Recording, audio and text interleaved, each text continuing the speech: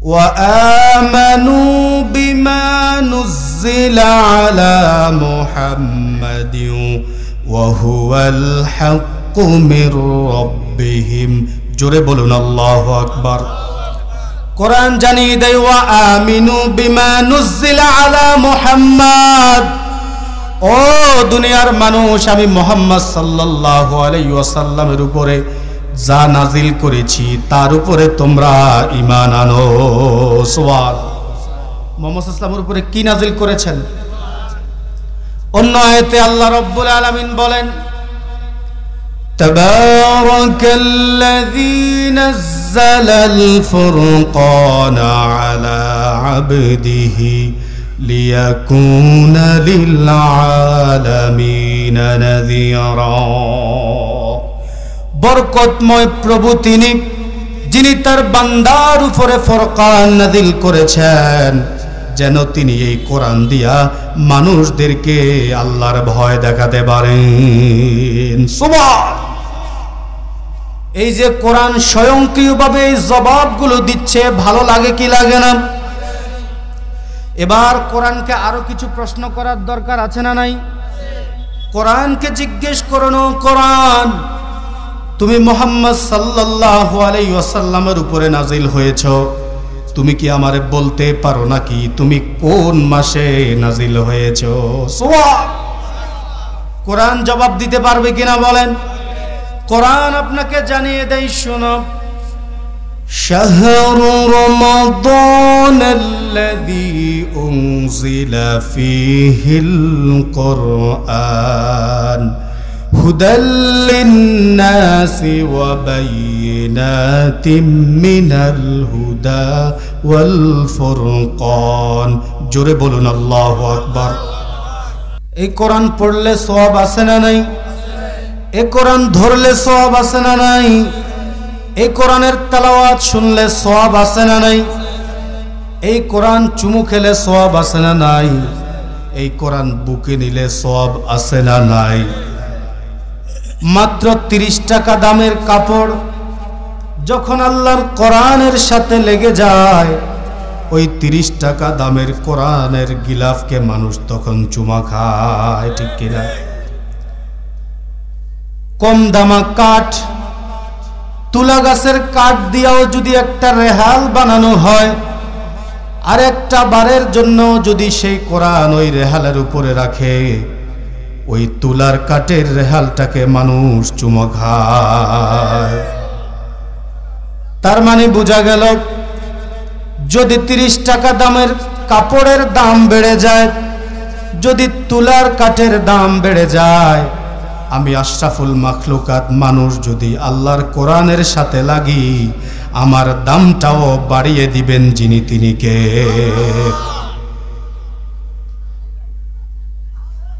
এ কোরআন দিয়া যদি কোনো ব্যক্তি চলে, ওই ব্যক্তিটা হলো সেরা ব্যক্তি, ঠিক কিনা বলেন? এই কোরআন দিয়া যদি কোনো পরিবার চলে, ওই পরিবারটা শ্রেষ্ঠ পরিবার, ঠিক কিনা বলেন? এই কোরআন দিয়া যদি কোনো সমাজ চলে, ওই সমাজটা শ্রেষ্ঠ সমাজ হবে। এই কোরআন দিয়া যদি কোনো রাষ্ট্র পরিচালিত হয়, ওই রাষ্ট্রটাও শ্রেষ্ঠ রাষ্ট্র হয়ে যাবে।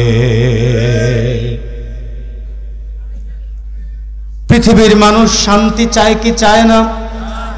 আমরাও তো শান্তি চাই, ঠিক কিনা? মানুষে মানুষে মারামারি, কাটাকাটি, গালিগালাজ, দ্বন্দ্ব, দল মত নির্বিশেষে সবাই শান্তি চায়। শান্তি যদি পেতে চায়, তাহলে মানুষকে ফিরে যাওয়া লাগবে আল্লাহর কোরআনের কাছে। কোরআন না মাইনা যদি মানুষ শান্তি শান্তি বলতে বলতে যদি মিছিল করতে করতেও যদি রক্ত ভূমিও মানুষ করে, তবুও শান্তি হবে না। শান্তি চাইলে মেনে নিতে হবে আল কোরআন, ঠিক কিনা বলেন? এ কোরআন কত দামি কিতাব শুনুন।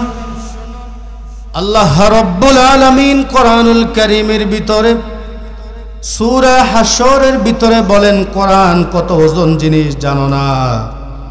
লাউ আনজালনা হাযাল কুরআন আলা জাবাল, ও দুনিয়ার মানুষ, যদি আমি এই কোরআনকে মানুষের কাছে না দিয়া যদি কোনো পাহাড়ের উপরে নাজিল করতাম, এত শক্তিশালী পাহাড়, লারাআইতাহু খাশিআম মুতাসাদ্দিয়া, তোমরা দেখতে পেতে ওই পাহাড়টা কোরআনের ভার সহ্য করতে না পেরে কাঁপাকাঁপি শুরু করে দিত। আল্লাহু আকবার। ওই কোরআন আল্লাহ মানুষকে দিলেন, ওই কোরআন আল্লাহ আমাদেরকে দিলেন। এমন কোরআন পেয়ে খুশি না বেজার? আল কোরআনের পথ, এই পথই আসল পথ, ঠিক কিনা? আল কোরআনের পথ, এই পথই আসল পথ, অন্য পথে অন্য মতে নেই যে রহমত, ঠিক কিনা? এই কোরআন মানুষকে কল্যাণ শান্তি দেবে। কোরআনের প্রথম যে আয়াত বিসমিল্লাহ শুরু হয়েছে, বা দিয়া, কি দিয়া? জোরে বলেন, কি দিয়া?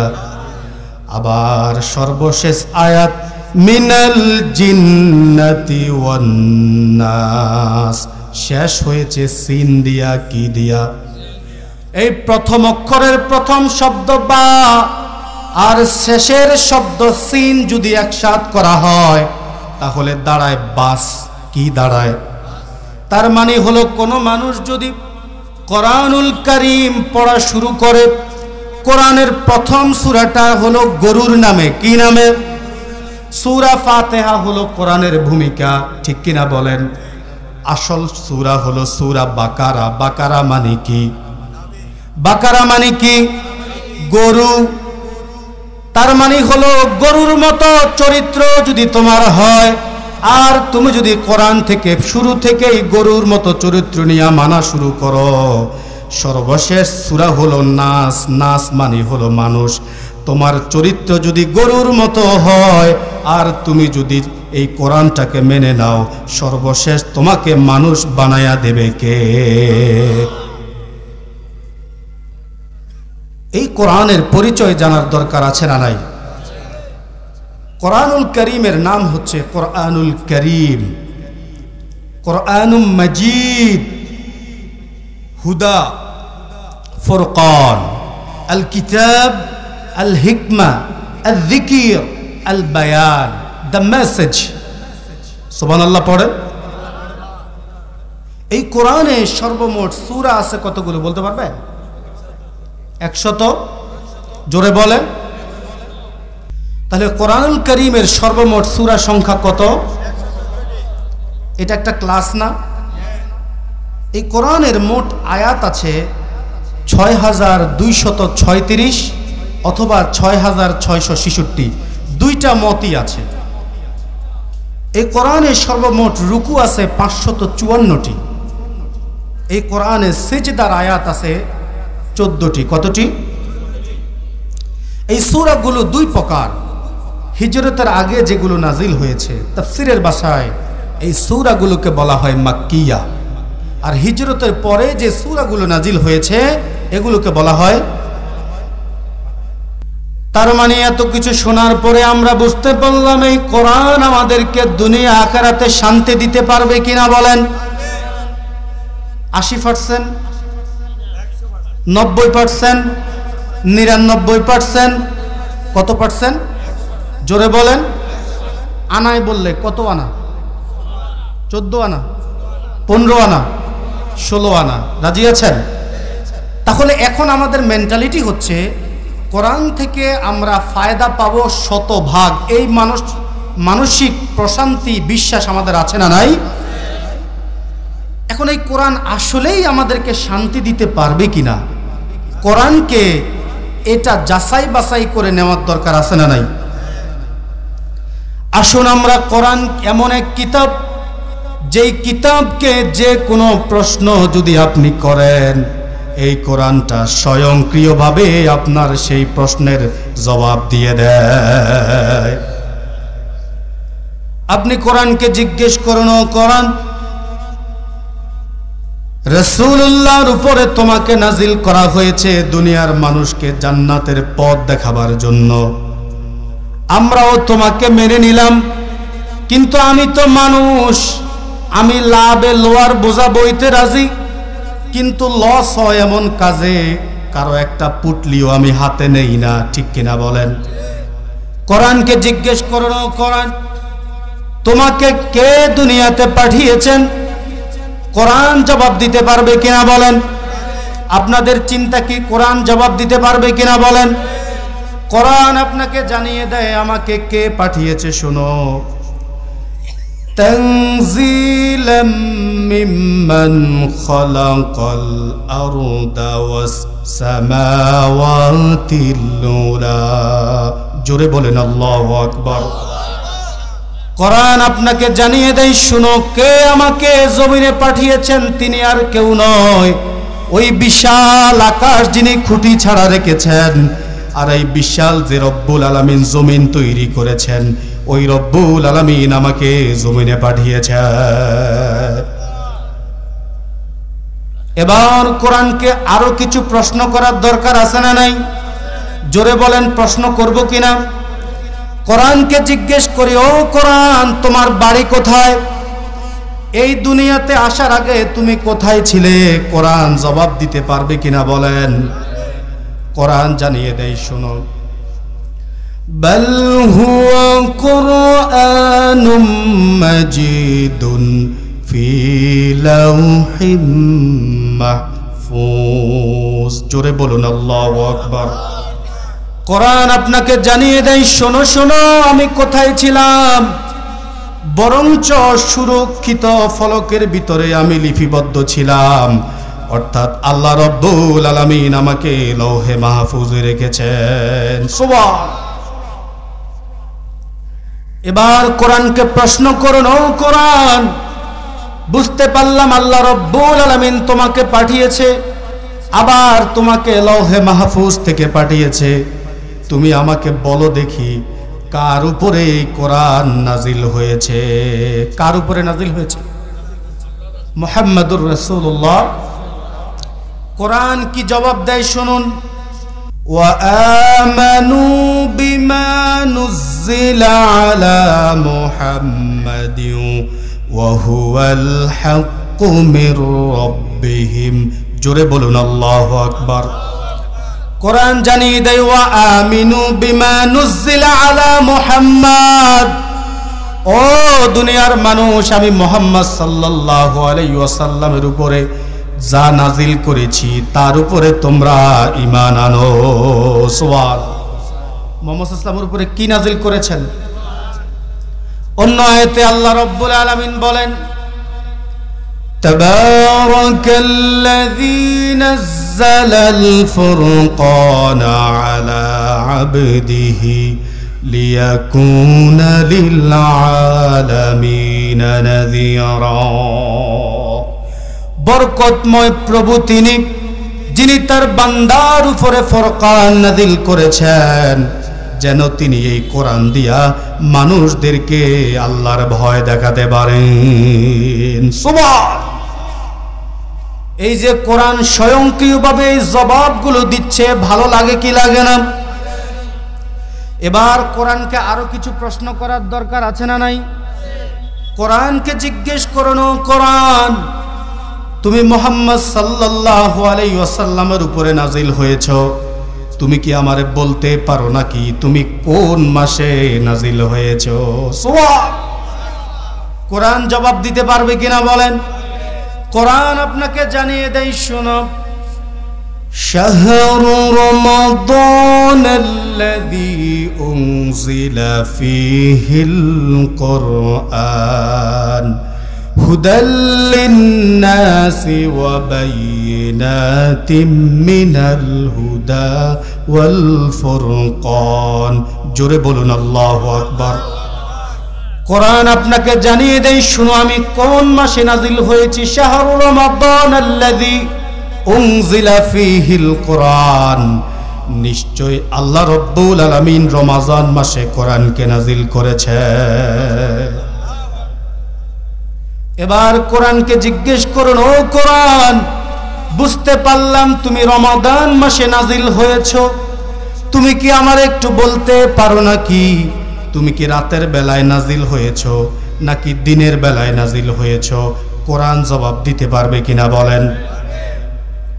কোরআন আপনাকে জানিয়ে দেয়, শোনো, ইন্না আনজালনাহু ফি লাইলাতিল কদর ওয়া মা আদরাকা মা লাইলাতুল কদর।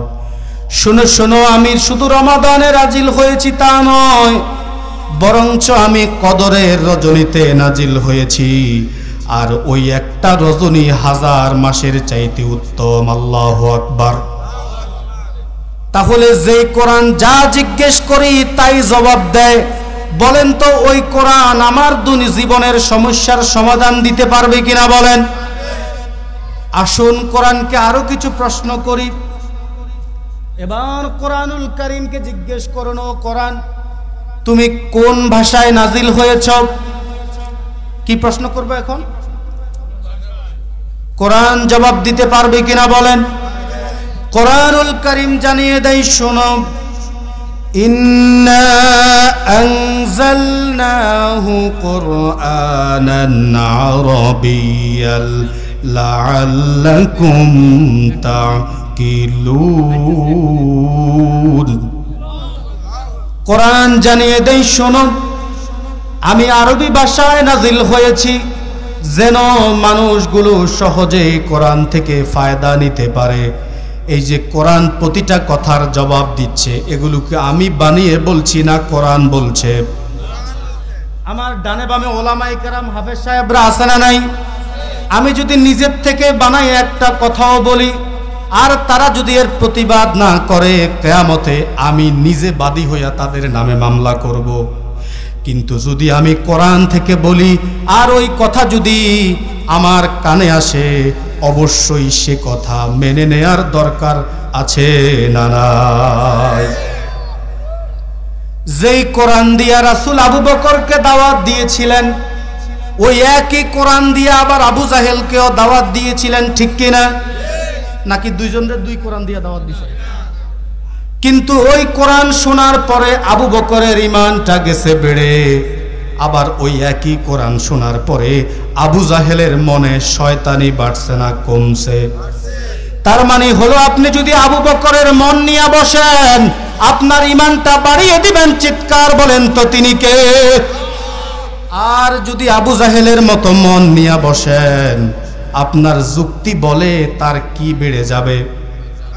কি বেড়ে যাবে? আসুন কোরআনকে আরো কিছু প্রশ্ন করি। কোরআনকে জিজ্ঞেস করুন, কোরআন, এই পৃথিবীতে তুমি কেন আসলা? তোমার ভিশন কি? তোমার মিশন কি? তোমার টার্গেট কি? কোনো বেহুদা কারণে তো তুমি দুনিয়ায় আসো নাই। এই যে কোরআন দুনিয়াতে এসেছে, একটা টার্গেট আছে না নাই?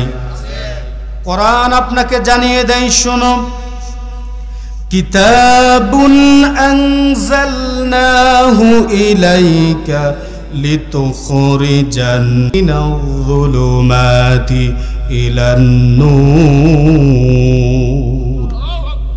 কোরআন আপনাকে জানিয়ে দেয়, শোনো, কেন আমি দুনিয়ায় আগমন করেছি?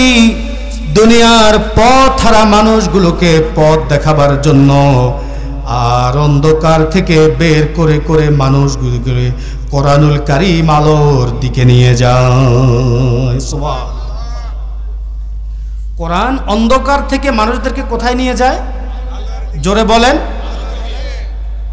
এই আলোর পথ হলো ইসলামের পথ। আলোর পথ হলো ইসলাম ছাড়া যত পথ, মত, তন্ত্র, মন্ত্র যা আছে সবগুলোই হচ্ছে অন্ধকার। সবগুলো কি বলেছেন কে? আল্লাহর কথা কত আনা সত্য? প্রথমে বলছিলেন তো, মনে আছে তো? আসুন এবার কোরআনকে জিজ্ঞেস করি, ও কোরআন, তুমি বললাম তোমাকে মানলে আলোর দিকে যাওয়া যাবে। এই ঘোষণা শোনার পরে আমরা সবাই সিদ্ধান্ত নিলাম আমরা আলোর দিকে যাব না, অন্ধকারের দিকে যাব। আলোর দিকে কারা কারা যাবেন? দুহাত তুলে আল্লাহর দেখান। আল কোরআনের আলো, আল কোরআনের আলো, নারে তাকবীর। তাহলে এখন আমাদের সিদ্ধান্ত হচ্ছে আমরা আলোর দিকে যাব। কোন দিকে যাব? এবার কোরআনুল কারীমকে জিজ্ঞেস করুন, কোরআন তুমি বলছো তুমি আলোর দিকে নিয়ে যাওয়ার জন্য দুনিয়ায় এসেছো, তুমি কি আমারে বলতে পারো নাকি ওই আলোর দিকে গেলে আমার কি লাভ হবে? আমি তো মানুষ, লাভ ছাড়া এক পাও লড়ি না, ঠিক কিনা বলেন? কোরআন বলে কি লাভ হবে শোনো, فمن تبع هداي فلا خوف عليهم ولا هم يحزنون। কোরআন জানিয়ে দিল যদি আলোর পথে আসো আর আমি যে আলো দুনিয়ায় পাঠিয়েছি ওই আলো যদি মেনে নাও, তাহলে শুনে রাখো আল্লাহ রব্বুল আলামিন তোমাদেরকে জান্নাত দিয়ে দেবে। আমরা জান্নাতে যেতে চাই কি চাই না? আর কি বলছে? ফালা খাউফুন আলাইহিম ওয়ালা হুম, কোনো ভয় থাকবে না। কিসের ভয়? আপনি যদি হেদায়েতটাকে মেনে নেন, কোরআন যদি জীবনে, পরিবারে, সমাজে, রাষ্ট্রে মেনে নেন, তাহলে আপনার খাবারের কষ্ট থাকবে না, আপনার ভয় থাকবে না, টেনশন থাকবে না। জমিনে, গাছে, মাছে, পুকুরে ফসলাদি বাড়িয়ে দিবেন যিনি, কে? এখন দিন দিন আমাদের রিজিক বাড়ে না কমে? এই শীতকালে খেজুর গাছের রস আগের চাইতে বাড়ছে না কমছে? কমছে না? কারণ কি? কারণ হলো আল্লাহ বলছেন ওয়ালাউ আন্না আহলাল কুরা ওয়াত্তাকাউ আমানু লাফাতাহনা আলাইহিম বারাকাতিম মিনাস সামা।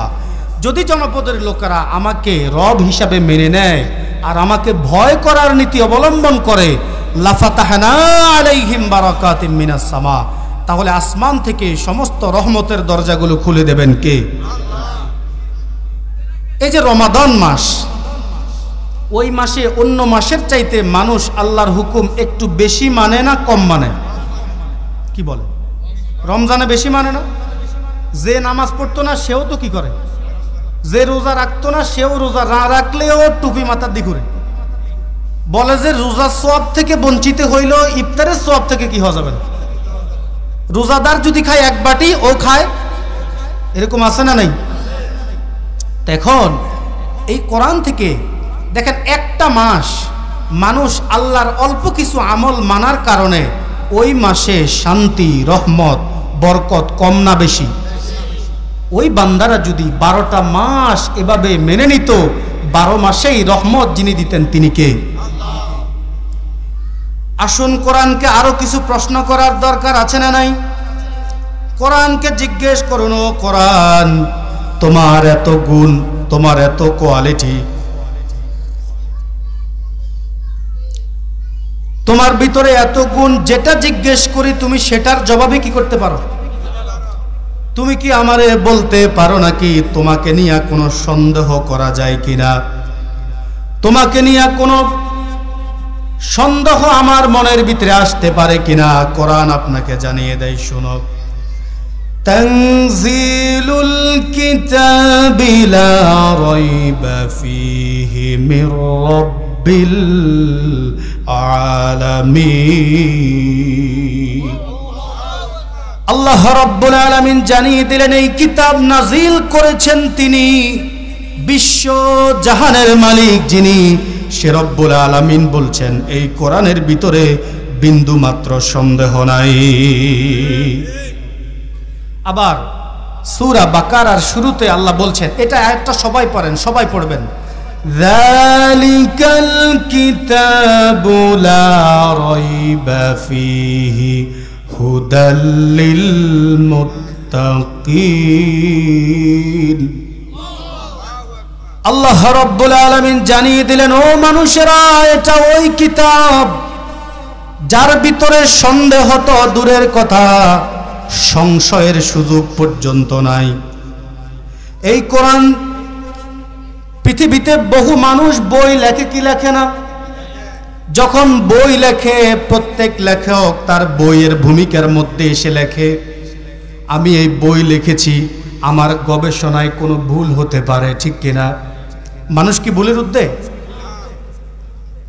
অথবা আমি যে সাফার কাজ করেছি তার মধ্যে টাইপিং মিস্টেক হতে পারে, অথবা আমার বানানগত কোনো ভুল যদি হয়ে যায়, আর কোনো পাঠক যদি আমার এই ভুলটা ধরিয়ে দেয়, আমরা কৃতজ্ঞতার সহিত আগামী প্রকাশনার সময় এই ভুলগুলো শুধরে নেব, ঠিক কিনা বলেন? কিন্তু আল্লাহ রাব্বুল আলামিন শুরু করলেন চ্যালেঞ্জ দিয়া। তিনি ভুলের কথাটা বললেনই না, বরঞ্চ তিনি নিজের প্রশংসা দিয়া শুরু করলেন। কোরআনটা শুরু হয়েছে নিজের প্রশংসা দিয়া। আপনি যখন প্রথম পৃষ্ঠাটা খুলবেন, আলহামদুলিল্লাহি রাব্বিল আলামিন, সমস্ত প্রশংসার একমাত্র মালিকানা কার? তাহলে আল্লাহ কোরআন শুরু করলেন নিজের প্রশংসা দিয়া। কি দিয়া? আবার একটা পৃষ্ঠা উল্টাইয়া সামনে যান, সেখানে যাওয়ার পরে আল্লাহ বলছেন, যালিকাল কিতাবু লা রাইবা ফীহি হুদাল লিল মুত্তাকিন, এটা ওই কিতাব যার মধ্যে সন্দেহ তো দূরের কথা, সংশয়ের সুযোগ পর্যন্ত নাই। আল্লাহু আকবার। ও বান্দারা, এমন কোরআন পাওয়ার পরে খুশি না বেজার? চিৎকার করে পড়েন আলহামদুলিল্লাহ। এই কোরআন, আপনি যখন কোরআনকে পেলেন, কোরআন বলছে আমার মধ্যে কোনো সন্দেহ নাই।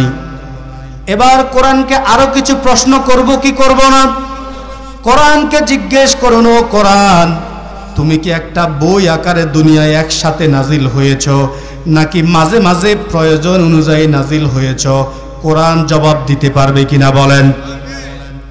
কোরআনুল কারীম জানিয়ে দেয়, ইন্না নাহনু নাযালনা আলাইকাল কুরআনা তানজিলা, নিশ্চয় আমি প্রয়োজন অনুযায়ী কোরআন নাজিল করেছি। সুবহান। এবার কোরআনকে জিজ্ঞেস করুন, কোরআন, তোমার ভিতরে এত গুণ, এত কোয়ালিটি, তোমাকে এত প্রশ্ন করি, কোন প্রশ্ন দিয়া তোমারে আটকানো কি গেল এখন পর্যন্ত? কিয়ামত পর্যন্ত কি পারবে মানুষ? এবার কোরআনকে জিজ্ঞেস করুন, কোরআন, মানুষ চাইলে তোমার মতো একটা কোরআন বানাতে পারবে কিনা? মানুষ তো বহু বই লেখে, মানুষ কি এরকম একটা কোরআন লিখতে পারবে কিনা? এই বানানোর চেষ্টা যে মানুষ করে নাই তা নয়। আরবে রাসূল সাল্লাল্লাহু আলাইহি ওয়াসাল্লামকে যেই যুগে কোরআন দেওয়া হলো, আল্লাহ রাব্বুল আলামিন যেই যুগে যেইটার প্রভাব বেশি থাকে, ওই যুগে নবীদেরকে ওরকম একটা কিছু দিয়া দুনিয়াতে পাঠান, যেন নবীদের মুজিজার কাছে দুনিয়ার সমস্ত শক্তি পরাজিত হয়ে যায়। যেমন হযরত দাউদ আলাইহিস সালাম, তিনি যে সময় দুনিয়া আসছেন, ওই সময় দুনিয়ার মানুষ অস্ত্র শস্ত্র বানাইতে পারত বেশি। তো দুনিয়ার মানুষ যদি অস্ত্র বানাইতে হয়, তাহলে লোহাকে আগে কি করতে হয়? আপনাদেরকে ঘুম আসতেছে? যা জীবিত আছেন বলেন আল্লাহু আকবার। আল্লাহু আকবার বললে আপনার ঈমান বাড়ে না কমে? নাকি ডর ডর লাগে? যদি ডর ডর লাগে, বুঝবেন আপনার ঈমানের ভিতরে এখনো রোগ।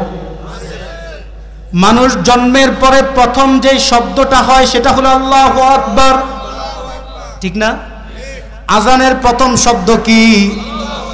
ইকামতের প্রথম শব্দ কি? আপনার জানাজার প্রথম শব্দটা কি? জানাজার শেষ শব্দটা কি? তার মানে মুসলমানের জন্ম থেকে মৃত্যু পর্যন্ত তাদের আত্মার স্লোগানের নাম হচ্ছে আল্লাহু আকবার।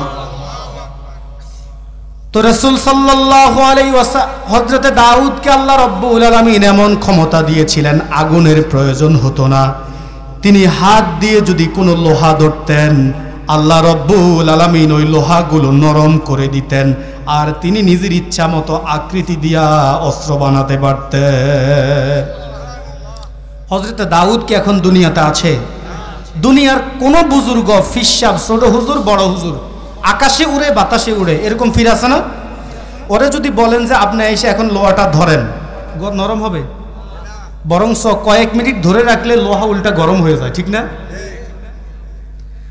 হযরতে সুলাইমান আলাইহিস সালাতু ওয়াস সালাম তিনি যখন দুনিয়ায় আগমন করলেন, আল্লাহ রাব্বুল আলামিন তাকে এমন মুজিজা দিয়েছিলেন, তেল নাই, বিদ্যুৎ নাই, ফুয়েল নাই, অকটেন নাই, ডিজেল নাই, খালি একটা কাঠের উপরে তিনি যখন বসতেন ওই কাঠ তাকে সারাটা পৃথিবীতে উড়াইয়া বেড়াতেন।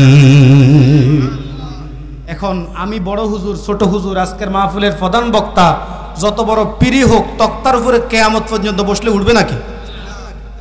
নবীও নাই, নবীর মুজিজাও। হযরত ঈসা আলাইহিস সালাতু ওয়াস সালামকে যেই যুগে আল্লাহ রাব্বুল আলামিন দুনিয়াতে পাঠালেন, ওই যুগের মানুষেরা চিকিৎসা বিজ্ঞানে পারদর্শী ছিল। কোন ডাক্তার যদি চিকিৎসা করতে চায় তাহলে তার ওষুধ লাগে কি লাগে না?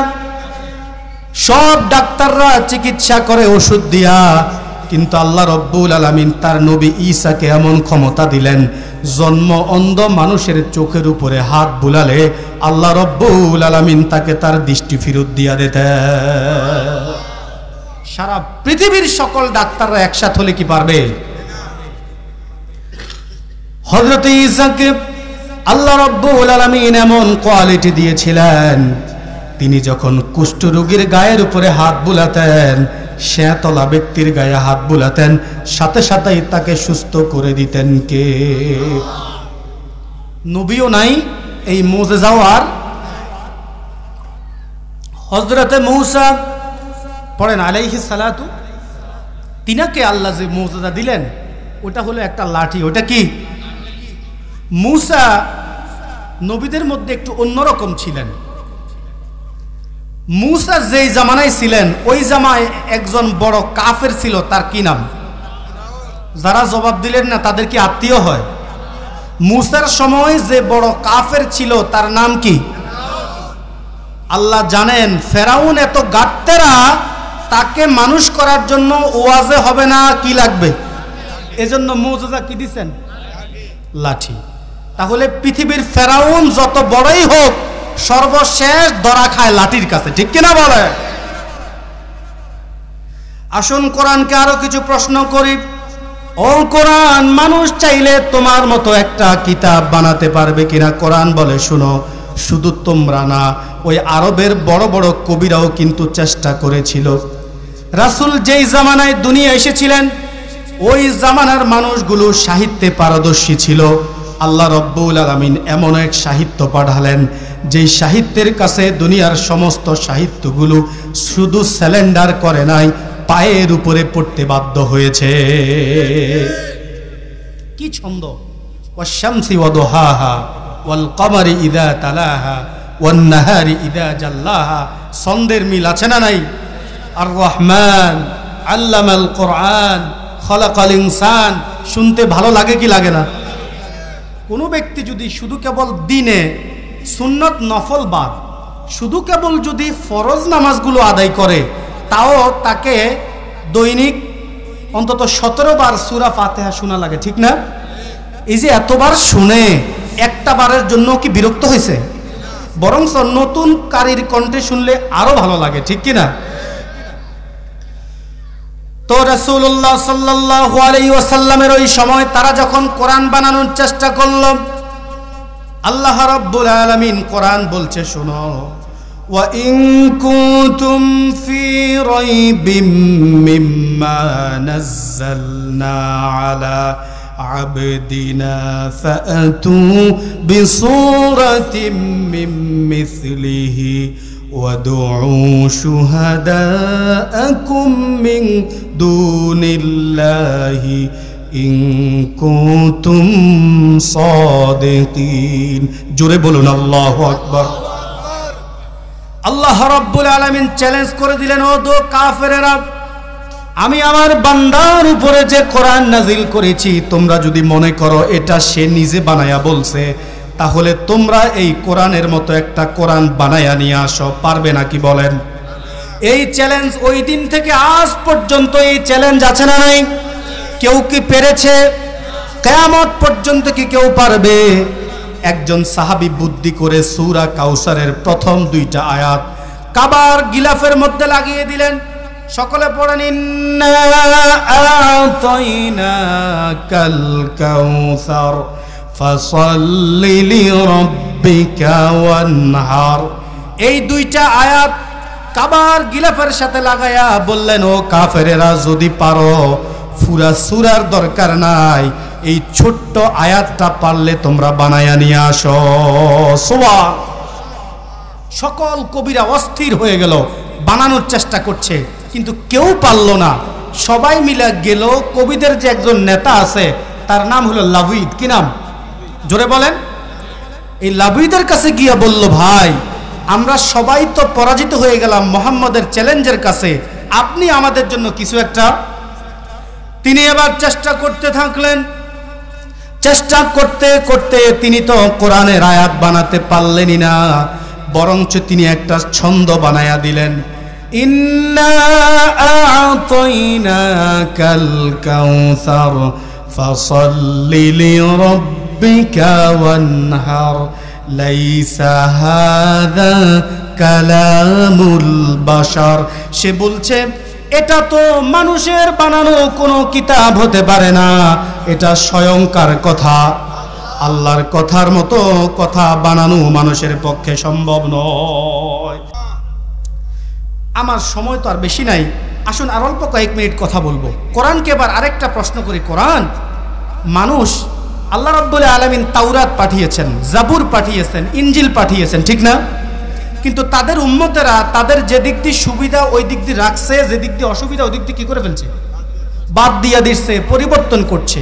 এখন মানুষ চাইলেও কি এরকম পরিবর্তন কোরআনে করতে পারবে? কোরআনকে এই প্রশ্ন করার দরকার আছে না নাই? কোরআন আপনাকে জানিয়ে দেয়, শোনো, ইন্না নাহনু নাযালনা যিকরা ওয়া ইন্না লাহু লাহাফিজুন। জোরে বলুন আল্লাহু আকবার। কোরআন বলছে, ও দুনিয়ার মানুষ শোনো, এই কোরআন নাজিল করেছেন যিনি, ওই আল্লাহ রব্বুল আলামিন নিজে এই কোরআনকে হেফাজতের দায়িত্ব রেখেছেন, দুনিয়ার কোনো জিন মানুষের কাছে দেয় নাই। সুবহান। পৃথিবীর সমস্ত কোরআনগুলো যদি কোনো জালেম ধ্বংস করে দেয়, এরপরেও এই কোরআনকে লেখার মতো কোটি কোটি হাফেজে কোরআন জমিনে আছে না নাই? তারা আবার নতুন করে আলিফ থেকে শুরু করে একেবারে শেষের নাসের সিন পর্যন্ত লেখার ক্ষমতা হাফেজে কোরআনদের আছে না নাই? যদিও এই হাফেজে কোরআনদের মর্যাদা আমার মাতৃভূমিতে হয় না, ঠিক কিনা বলেন? বাংলাদেশে 3 সাকিব আছে। কয় সাকিব? একটা তো ফালতু সাকিব, সবাই ছিলেন, আরেকটা খেলোয়াড় সাকিব, আরেকজন হচ্ছে নাজমুস সাকিব, যে সারা পৃথিবীতে বাংলার কোরআন প্রতিযোগিতায় প্রথম হয়েছে, জানেন কিনা? ওই দুইজনকে একজন অশ্লীলতা করে কোটি কোটি টাকা নিয়ে যায়, আরেকজন ছক্কা মেরে নিয়ে যায়, আর আল্লাহর কোরআনকে সারা পৃথিবীতে যারা রিপ্রেজেন্টেশন করে তাদেরকে একটা ফুলের তোড়া দিয়া এয়ারপোর্ট থেকে নেওয়ার মতো মানুষ হয় না, ঠিক কিনা বলেন? একজন হিন্দু গায়ক, তার নাম হচ্ছে নকুল কুমার। কি নাম? তিনি একটা গান লিখলেন। তিনি বললেন, যদি আগুন লেগে পৃথিবীর সব বইয়ের দোকান ধ্বংস হয়ে যায়, তবুও পৃথিবী থেকে কোরআন ধ্বংস হবে না, কারণ এই পৃথিবীতে লক্ষ লক্ষ হাফেজে কোরআন আছে না নাই? তাহলে এই কোরআন মেনে নেওয়ার দরকার আছে না নাই? আছে। আসুন কোরআনকে জিজ্ঞেস করি, ও কোরআন, আমি তো মানুষ, আমার বাঁচতে গেলে আমার ধর্মনীতি, অর্থনীতি, রাজনীতি, সমাজনীতি সমস্ত কিছু লাগে কি লাগে না? বলেন, মানুষ, আমরা মানুষ না? আমরা চলতে গেলে সমাজনীতি লাগে কিনা? অর্থনীতি লাগে কিনা? রাজনীতি লাগে কিনা? ধর্মীয় নীতি লাগে কিনা? তো কোরআনকে বলেন, কোরআন এই সকল বিষয়ের সমস্যার সমাধান কি তোমার কাছে আছে? কোরআন আপনাকে জানিয়ে দেয়, শুনো, وَنَزَّلْنَا عَلَيْكَ الْكِتَابَ تِبْيَانًا لِكُلِّ شَيْءٍ وهدى ورحمة وبشرى للمسلمين জোরে বলুন আল্লাহু আকবার।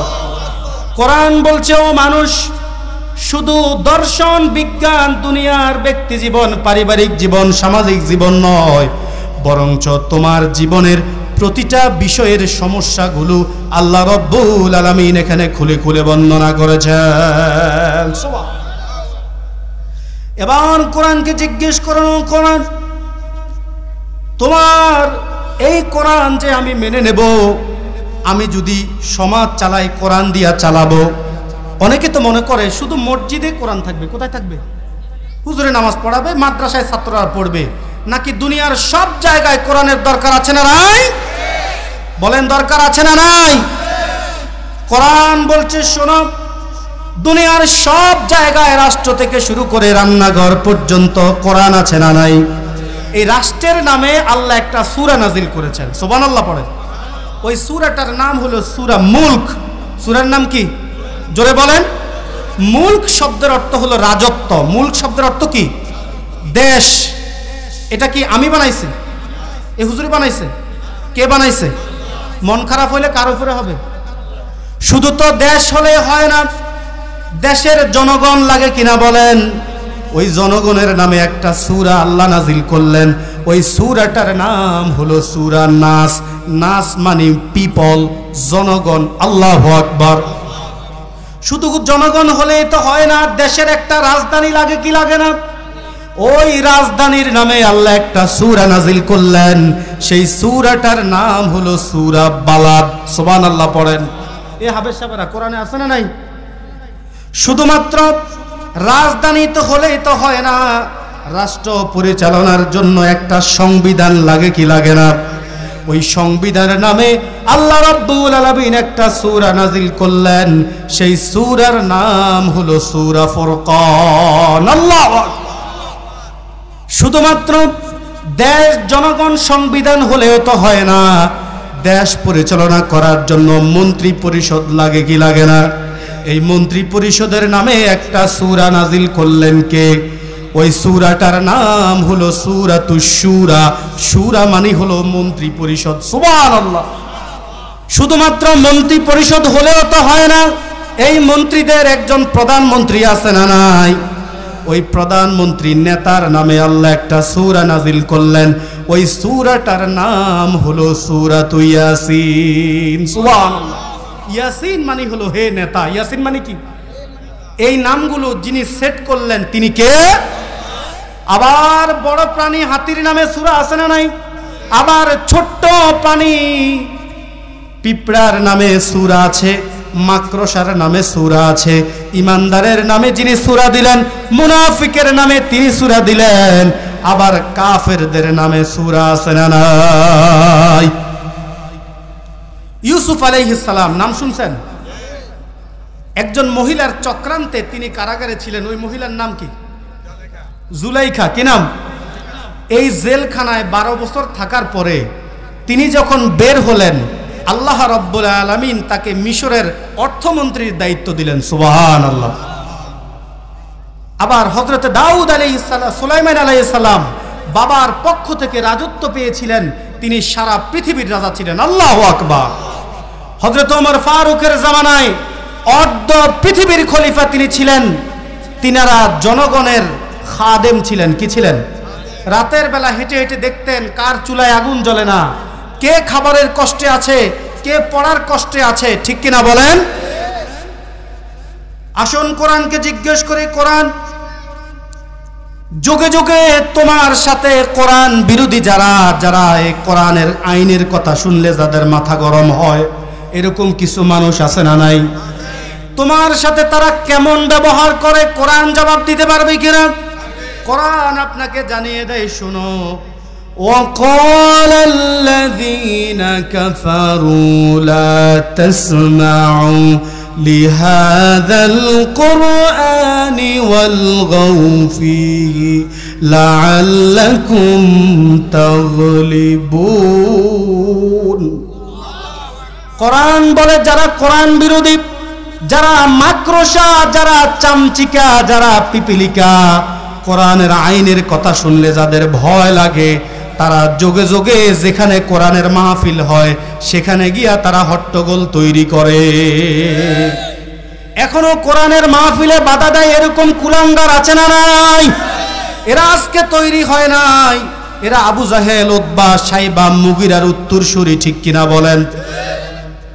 কোরআনের মাহফিলে বাধা দেয়, মিডিয়া দেখলে আরো বেশি বাধা দেয়, কারণ এই বাধা দেওয়া যখন ভাইরাল হয়ে যায় তখন তাকে বড় বড় পোস্ট পদবি দিয়ে দেয়, আছে না নাই? আমরা চোখের সামনে বহু জালেম দেখেছি, মসজিদে জুমার ইমামের কণ্ঠ চেপে ধরেছিল, মাহফিলে আলেমদের কণ্ঠ চেপে ধরেছিল, ঠিক কিনা? আল্লাহ রাব্বুল আলামিন ছাড় দিতে থাকলেন, ডিল দিতে থাকলেন, আর বলতে থাকলেন, বান্দা যতই উপরে যাও নাটাই কিন্তু আমার হাতে, ঠিক কিনা বলেন? সময় মতো এমন ধরা ধরলেন, ছাত্ররা চাইল পদত্যাগ, আল্লাহ রব্বুল আলামিন করায়া ছাড়লেন দেশ ত্যাগ, ঠিক কিনা বলেন? এই চোখের সামনে প্রমাণ দেখার পরে, এই চোখের সামনে জুলুমের বিচার দেখার পরেও যাদের অন্তরে ভয় ঢুকে না, বুঝতে হবে আল্লাহ রব্বুল আলামিন তাদের অন্তরে মোহর মেরে দিয়েছে। কোরআনকে জিজ্ঞেস করুন, ও কোরআন বলো তো আমার পরিবার কেমনে চলবে? পরিবার হয় দুইজন নিয়ে, কয়জন? স্বামী আর স্ত্রী। আল্লাহ রাব্বুল আলামিন বলেন, ওয়াশিরুহুন্না বিল মারুফ, তোমরা তোমাদের স্ত্রীদের সাথে ভালো ব্যবহার করো। সুবহানাল্লাহ। আজকাল বউ পিটায়, এরকম পুরুষ আছে না নাই? এমন পিটানো পিটায়, এই মেয়েটাকে সম্পর্ক নষ্ট হলে অন্য কোথাও যেন নতুন করে বিয়ে দেয়া না যায়, তার চেহারাটা পর্যন্ত নষ্ট করে দেয়, এরকম কুলাঙ্গার আছে না নাই? আবার পর্দার অন্তরালে পুরুষ নির্যাতনও আছে না নাই? আচ্ছা, তাহলে আল্লাহ বলছেন, ওয়ালাহুন্না মিসলুল্লাযী আলাইহিন্না বিল মারুফ, পুরুষের প্রতি নারীর যেমন অধিকার আছে, নারীর প্রতিও পুরুষেরও তেমন অধিকার আছে না নাই? যারা বুদ্ধিমান স্ত্রী তারা তাদের স্বামীকে অন্যদের কাছে রাজার মতো উপস্থাপন করে, আর স্বামী রাজা হইলে স্ত্রী অটকি হয়ে যায়। আর যারা বুদ্ধিমান না তারা তাদের স্বামীদেরকে অন্য মানুষের কাছে গোলাম উপস্থাপন করে, তো গোলামের বউ তো কি হবে? তাহলে বুদ্ধিমান কারা? যারা তাদের স্বামীদেরকে কি করে? সম্মানিত। এবার কোরআনকে জিজ্ঞেস করুন, কোরআন তুমি কি আমাকে বলতে পারো নাকি শুধু পরিবার হলে তো হয় না, আমার সমাজ আছে না নাই? কোরআন বলে কিভাবে সমাজ চলবে, শুনো। ওয়াবিল ওয়ালিদাইনি ইহসানাও ওয়াযিল কুরবা ওয়াল ইয়াতামা ওয়াল মাসাকিনি ওয়াকুলু লিন-নাসি হুসনা। জোরে বলুন আল্লাহু আকবার। তোমরা তোমার সৎ ব্যবহার করো তোমাদের পিতামাতা, আত্মীয় স্বজন, এতিম মিসকিনদের সাথে, আর মানুষদের সাথে সুন্দর ভাষায় কথা বলো। সুবহানাল্লাহ। কেউ যদি বাবা মা, স্ত্রী, এতিমদের সাথে ভালো ব্যবহার করে, সবাই যদি করে, ওই সমাজটা কি খারাপ হতে পারবে? এবার কোরআনকে জিজ্ঞেস করুন, কোরআন আমি তো মানুষ, আমার তো অর্থের দরকার, আমার কিছু ব্যবসা বাণিজ্যের দরকার আছে না নাই? আচ্ছা, টাকা পয়সা ছাড়া কি দুনিয়া চলে? তবে টাকা পয়সা লাগবে ততটুকু, নৌকা চলতে পানি দরকার যতটুকু, ঠিক কিনা? পানি ছাড়া কি নৌকা চলে? আবার ওই পানি যদি বাড়তে বাড়তে নৌকার ভিতরে ঢুকে যায়, ওই পানি আবার নৌকারে কি করে? তার মানে যতটুকু হইলে জীবন চলবে ততটুকুই আমাকে কি করতে হবে? কোরআন জানিয়ে দেয়, শোনো। আহাল্লাল্লাহুল বাই'a ওয়া হারামার রিবা, আল্লাহ রাব্বুল আলামিন তোমাদের জন্য ব্যবসাকে হালাল করেছে, আর সুদ ভিত্তিকে তোমাদের জন্য হারাম করেছে। এই দিঘির পূর্ব পারে সুদ আছে না নাই? কি বলেন? আওয়াজটা আসতে দিলেন? সব কি আল্লাহর ওলি হয়ে গেছে? সুদ আগের চাইতে কমছে না বাড়ছে? এখন এই ওয়াজ করলে যার গায়ে লাগবে বুঝতে হবে, বললে কথা সবার মাঝে, যার কথা তার গায়ে বাজে, ঠিক না? সুদখোর যারা, তাদের সবচাইতে ছোট গুনাহটা হলো নিজের আপন মায়ের সাথে জিনা করা। ইন্না লিল্লাহি। সর্বশেষ এবার কোরআনকে জিজ্ঞেস করুন, কোরআন এই সমাজে শান্তি শৃঙ্খলা বজায় রাখার জন্য আমার তো বিচার ফয়সালার দরকার হয়, ঠিক না? এই বিচার ফয়সালা পরিবার থেকে সমাজ থেকে রাষ্ট্র পর্যন্ত হবে নিজের মন মতো না কোরআন মতো? জোরে বলেন, মন মতো না কোরআন মতো? মন মতো যারা বিচার করেছে, এক সময় বড় চেয়ারে বসেছে, সময়ের ব্যবধানে কলা পাতায় ঘুমিয়েছে, আমরা দেখেছি, ঠিক কিনা বলেন? আমরা মনে করি ওই মানিকের মতো এই ছবিগুলো আদালত প্রাঙ্গণে টাঙ্গিয়ে রাখা দরকার, যুগে যুগে ওই তাদেরকে শিক্ষা দেওয়ার জন্য। যদি আল্লাহর আইন বাদ দিয়া মানব রচিত আইন দিয়া বিচার ফয়সালা করো, আলেমদের মাজায় রশি লাগাও, সময়ের ব্যবধানে ইন্দুরের গর্ত পর্যন্ত পাবা না, ঠিক কিনা বলে? কোরআন বলছে, ওয়ামান লাম ইয়াহকুম বিমা আনজালাল্লাহু ফাউলাইকা হুমুল কাফিরুন। কোরআন বলছে যারা কোরআন পাওয়ার পরে কোরআন দিয়ে বিচার করে না, ফাউলাইকা হুমুল কাফিরুন। অনুবাদ আপনারা করেন তো কি হবে? তারা কি? জোরে বলেন, তারা কি? পরপর আল্লাহ তিনটা শব্দ বললেন, ফাউলাইকা হুমুল যালিমুন, ফাউলাইকা হুমুল ফাসিকুন। আমাদের দায়িত্ব শুধু বলে দেওয়া। কোরআনকে জিজ্ঞেস করেন, কোরআন যারা এই যে কোরআনের হক কথাগুলো বলে, এটি শুনলে যে সবার কাছে ভালো লাগে না, এটা আমরা কি করি? বুঝি, কিন্তু এই যে বলতে হবে ঘোষণাকার, ওয়ামা আলাইনা ইল্লাল বালাগ, আমাদের দায়িত্ব শুধু বলে দেওয়া। যে মানবে সে সফল হবে, আর যে মানবে না তাকে দুনিয়া আখিরাতে সব জায়গায় যে রব্বুল আলামিন পদদলিত, অপমানিত, লাঞ্ছিত করবেন, সেই রব্বুল আলামিন এখনো আছে না নাই? কিছুটা দুর্বল হয়ে গেছে, বয়স হয়ে গেছে, তো মানুষ যে লাভ খাপ দেয়, আল্লাহ যে কিছু কয় না, একটু সময় দিছে। ইন্না বাতশা রাব্বিকা লাশাদীদ, ধরে আল্লাহ ধরে না, ধরলে আর ধরে আল্লাহ ধরে না। তাহলে ওই আল্লাহ এখনো আছে না নাই? ওই আল্লাহর পক্ষে, দ্বীনের পক্ষে, ইসলামের পক্ষে, আলেম ওলামার পক্ষে আমরা থাকতে রাজি আছি না নাই? কারা কারা রাজি? দুহাত তুলে আল্লাহকে দেখা।